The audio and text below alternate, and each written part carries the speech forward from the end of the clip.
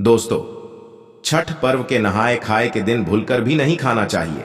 ये दो चीज का सब्जी, इससे व्रत टूट जाता है और छठी मियाँ क्रोधित हो जाती है। जी हाँ माता एवं बहनों, छठ व्रत के नहाए खाए के दिन कभी नहीं खाना चाहिए ये दो चीज का सब्जी। जो लोग यह दो सब्जी नहाए खाए के दिन खा लेते हैं तो उस पर छठी मियाँ क्रोधित हो जाती है और यहाँ तक कि वह निसंतान भी हो जाती है, क्योंकि छठी मियाँ को अधिष्ठात्री की देवी मानी जाती है। छठ पर्व विशेषकर महिला अपने संतान के सुख समृद्धि के लिए व्रत करती है। नमस्कार दोस्तों, कैसे हैं आप लोग? आशा करते हैं स्वस्थ होंगे, मस्त होंगे। और इस छठ महापर्व पर छठी मियाँ आप सभी का हर मनोरथ पूरा करे। दोस्तों, छठ पर्व लोक आस्था का महापर्व माना जाता है, जो इस साल छठ महापर्व की शुरुआत 5 नंबर को नहाए खाए से शुरू होगा और जिसका समापन 8 नंबर को खत्म होगा। छठ महापर्व भगवान सूर्यदेव और छठी मियाँ को समर्पित है, जो हर वर्ष छठ पर्व कार्तिक मास के शुक्ल पक्ष की षष्ठी को मनाया जाता है, जो इस साल छठ पर्व 7 नंबर को मनाया जाएगा। दोस्तों, छठ पर्व नहाए खाए से शुरू होता है। इस दिन लोग स्वच्छ जल से स्नान करके स्वच्छ वस्त्र धारण करते हैं, शुद्ध खाना खाते हैं। दोस्तों, इस दिन खान पान का विशेष ध्यान रखना चाहिए। पर दोस्तों, कुछ लोगों को यह पता नहीं होता है कि इस दिन खाना में कौन सी सब्जी नहीं खाना चाहिए। दोस्तों, जो लोग ये दो सब्जी नहाए खाए के दिन खा लेते हैं तो उसका व्रत टूट जाता है और वह व्रती व्रत नहीं कर सकता है। उस पर छठी मियाँ सूर्यदेव क्रोधित हो जाते हैं और उसके घर परिवार भारी संकट आ जाता है। इसीलिए दोस्तों, यह दो सब्जी नहाए खाए के दिन भूलकर भी कभी नहीं खाना चाहिए। दोस्तों, उसके अगले दिन व्रती खरना करते हैं। इस दिन लोग पूरे दिन उपवास रह के शाम को छठी मियाँ की पूजा करते हैं और छठ मैया का व्रत करने का संकल्प लेते हैं। छठ पर्व मुख्य रूप से सूर्य उपासना का पर्व है, जो भारत के बिहार, झारखंड, पूर्वी उत्तर प्रदेश और नेपाल में धूमधाम से मनाया जाता है। यह पर्व दिवाली के 6 दिन बाद कार्तिक मास के शुक्ल पक्ष की षष्ठी तिथि को मनाया जाता है। इस अवसर पर सूर्य देव और छठी मियाँ की पूजा की जाती है ताकि घर परिवार में सुख, शांति और समृद्धि बनी रहे। दोस्तों, छठ पर्व का उल्लेख वेदों और शास्त्रों में भी किया गया है, जो इसके महत्व और परंपराओं को उजागर करता है। तथा छठ महापर्व खासकर यूपी बिहार राज्य का सबसे बड़ा त्योहार माना जाता है। यूपी बिहार में इस दिन एक नजारा देखने को मिलता है। इस दिन लोगों के मन में एक अलग सौंदर्य बना रहता है। सभी लोगों के मन में एक उमंग सा बना रहता है और इस दिन लोग पूरे श्रद्धा विश्वास के साथ छठी मियाँ और सूर्य देव की पूजा अर्चना करते हैं और सुख समृद्धि की कामना करते हैं। अब आइए दोस्तों, बिना देरी किए उस सब्जी के बारे में जानते हैं कि छठ पर्व के नहाए खाए के दिन कौन सा सब्जी खाना अशुभ माना गया है। जो लोग यह सब्जी नहाए खाए के दिन खा लेता है उसका व्रत टूट जाता है। दोस्तों, उससे जानने से पहले छठ पर्व के बारे में जान लेते हैं कि छठ पर्व की शुरुआत कब से हुई और लोग छठ पर्व क्यों मनाते हैं। छठ महापर्व मानने के पीछे क्या धार्मिक रहस्य छुपा हुआ है। दोस्तों, इस वीडियो में छठ पर्व के जुड़ी सारी बात एक एक करके विस्तार बताया गया है। यह वीडियो छठ पर्व करने वाले माता एवं बहनों के लिए बहुत खास होने वाला है। छठ पर्व करने वाले माता एवं बहनों से निवेदन है कि यह वीडियो आप अपने लिए नहीं तो कम से कम आप अपने घर परिवार, अपने बच्चों के लिए ध्यानपूर्वक आखिरी तक अवश्य देखिए। यह वीडियो आपके जीवन के लिए महत्वपूर्ण होने वाला है। और हाँ माता एवं बहनों, इस वीडियो के आखिरी में हम कुछ ऐसा उपाय बताया गया है जिन्हें अगर आप कर लेते हैं तो यकीनन आपको हम कह सकते हैं कि आपको छठी मियाँ और सूर्यदेव की अपार कृपा प्राप्त होगा। दोस्तों, छठ पर्व के बारे में जानने से पहले है छठी मियाँ जो भी आपका इस वीडियो को पूरे श्रद्धा विश्वास के साथ पूरे अंत तक देखे और जो हमारे इस चैनल गीता गुरु ज्ञान को सब्सक्राइब करे और यह वीडियो को एक लाइक करे, उसको है छठी मियाँ जो निसंतान है उसको को संतान देना, जो गरीबी से परेशान है उसको धनवान कीर्तिवान बना देना। जय छठी मियाँ, जय सूर्यदेव। और हाँ माता एवं व्रत करने वाले बहनों, इस वीडियो के कमेंट में आप अपना राशिफल जरूर बताइए, जिससे आपके राशिफल से जुड़ी कोई ग्रह दोष हो तो उसे हम कमेंट के माध्यम बता दें। जय छठी मियाँ। आइए दोस्तों, छठ पर्व के बारे में थोड़ा विस्तार से जानते हैं। दोस्तों, छठ पर्व सूर्य देवता की उपासना का पर्व माना जाता है। सूर्य को शक्ति और जीवन का स्रोत माना गया है, क्योंकि उनके प्रकाश से ही पृथ्वी पर जीवन संभव है। सूर्य देवता की पूजा से मानसिक, शारीरिक और आध्यात्मिक शक्ति प्राप्त होती है। दोस्तों, मान्यता है कि सूर्य देवता को अर्घ्य देने से जीवन में सकारात्मक ऊर्जा का प्रवाह बना रहता है, घर परिवार सुखमय और व्यक्ति रोगों से मुक्ति रहता है। दोस्तों, वेदों में सूर्य की महिमा के बारे में उल्लेख मिलता है। वेदों में सूर्य को जगत की आत्मा और जीवन का स्रोत माना गया है। छठ पर्व में सूर्य देवता के साथ साथ छठी मियां की पूजा की जाती है, जिन्हें भगवान सूर्य की बहन माना जाता है। मान्यताओं के अनुसार छठी मियां संतान सुख की अधिष्ठात्री देवी मानी जाती हैं। जो महिला छठ व्रत करती है तो उनके आशीर्वाद से घर परिवार में संतान सुख और समृद्धि का वास होता है। महिला इस व्रत को विशेषकर संतान प्राप्ति और संतान की रक्षा के लिए छठी मैया की व्रत करता है और उनसे जीवन में सुख, शांति और समृद्धि की कामना करता है। दोस्तों, छठ पर्व की एक प्रमुख पौराणिक कथा राजा प्रियंवद और उनकी पत्नी मालिनी से जुड़ी हुई है। राजा प्रियंवद के कोई संतान नहीं थी, तो आर्षि कश्यप ने उन्हें पुत्रेष्टि यज्ञ करने का सुझाव दिया। यज्ञ के फलस्वरूप उन्हें संतान का आशीर्वाद मिला, लेकिन वह संतान जन्म के बाद मृत्यु को प्राप्त हो गई। इस दुख से व्याकुल होकर राजा प्रियंवद ने आत्महत्या का निर्णय लिया। तभी छठी मियां प्रकट हुईं और उन्होंने राजा को संतान प्राप्ति का आशीर्वाद दिया। तब से ही लोग संतान सुख के लिए छठ पूजा की परंपरा प्रचलित हुई। मित्रों, महाभारत के समय में द्रौपदी और पांडवों द्वारा भी इस व्रत को किए जाने का उल्लेख मिलता है।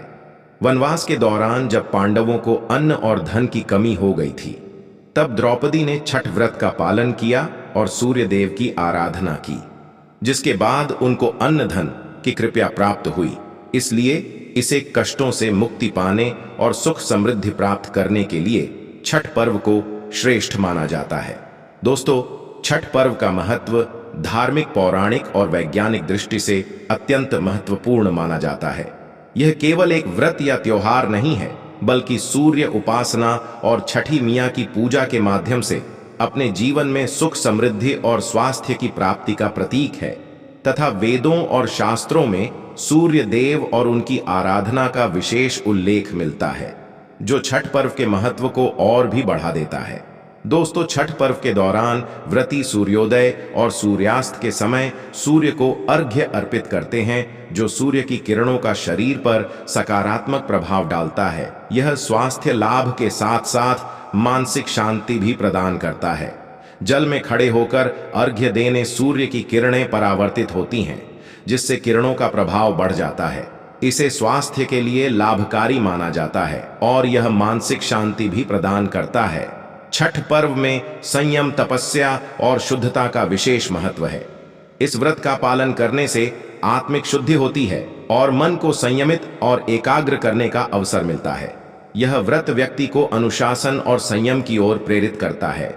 दोस्तों, छठ पर्व के माध्यम से हम सूर्य देवता और जल स्रोतों के प्रति आभार व्यक्त करते हैं। यह प्रकृति के संरक्षण और सम्मान का प्रतीक माना जाता है। इस पर्व में परिवार के सभी सदस्य एकत्रित होते हैं और सामूहिक रूप से व्रत करते हैं, जो पारिवारिक एकता को बढ़ावा देता है। समाज में भी एकता और भाईचारे का संदेश फैलता है। दोस्तों, छठ पर्व माता पिता अपने बच्चों की लंबी उम्र, अच्छे स्वास्थ्य और उज्जवल भविष्य की कामना करते हैं। छठ पर्व संतान सुख की प्राप्ति करने के लिए किया जाती है।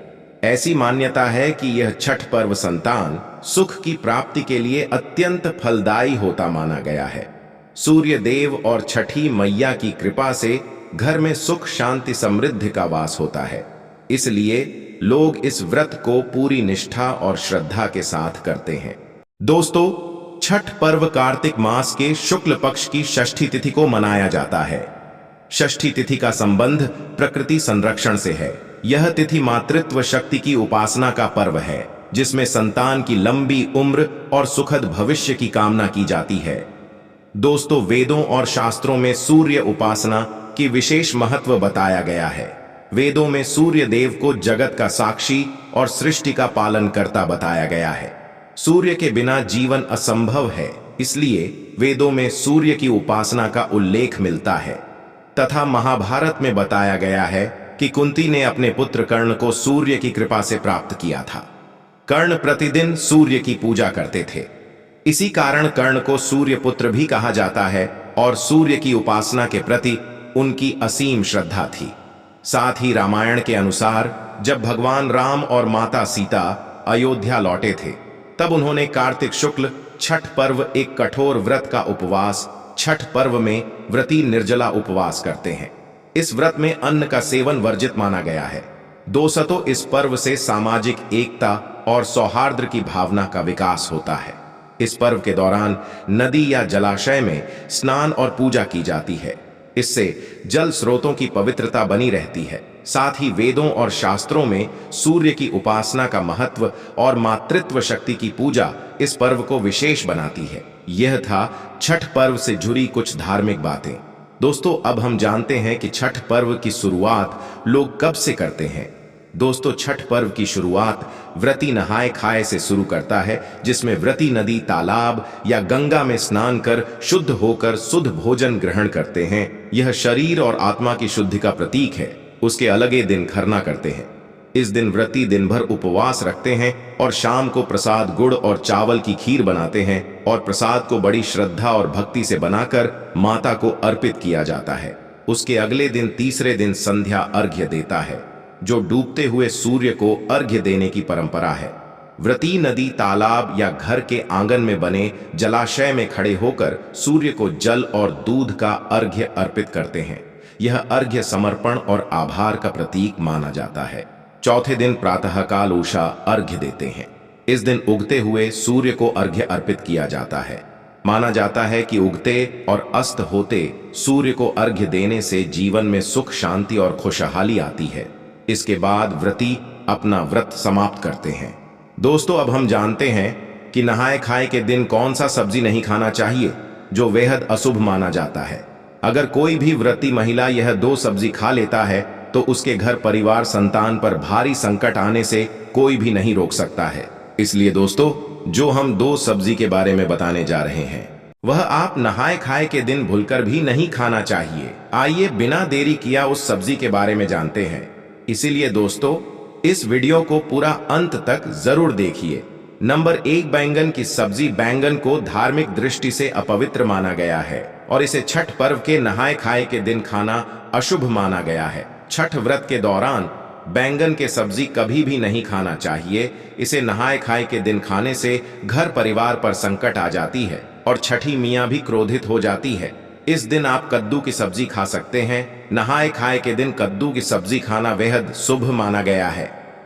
नंबर 2, मूली और गोभी की सब्जी। मूली और गोभी सब्जी व्रत के दौरान कभी नहीं खाना चाहिए, क्योंकि ये पाचन में थोड़ी भारी होती हैं और पेट में गैस जैसी समस्याएं उत्पन्न कर सकती हैं और इससे व्रत भी टूट जाती है। इसीलिए इस दिन मूली गोभी का सब्जी भूलकर भी नहीं खाना चाहिए। दोस्तों, नहाए खाए के दिन शुद्ध और सात्विक भोजन का सेवन करना चाहिए, जिससे व्रत की शुद्धता बनी रहे और देवी देवताओं की कृपा प्राप्त हो सके। धन्यवाद दोस्तों। हमारे द्वारा इस चैनल गीता गुरु ज्ञान पर बताया गया सभी धार्मिक बातों को अवश्य ध्यान में रखें और हमारे इस चैनल गीता गुरु ज्ञान को अवश्य सब्सक्राइब कर ले और इस वीडियो को एक लाइक जरूर कर दे।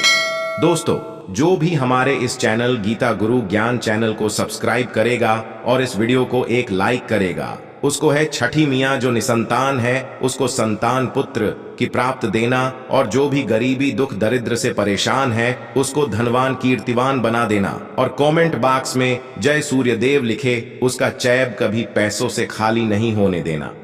जय छठी मियाँ, जय माता दी। हर हर महादेव, ओम नमः शिवाय। धन्यवाद दोस्तों।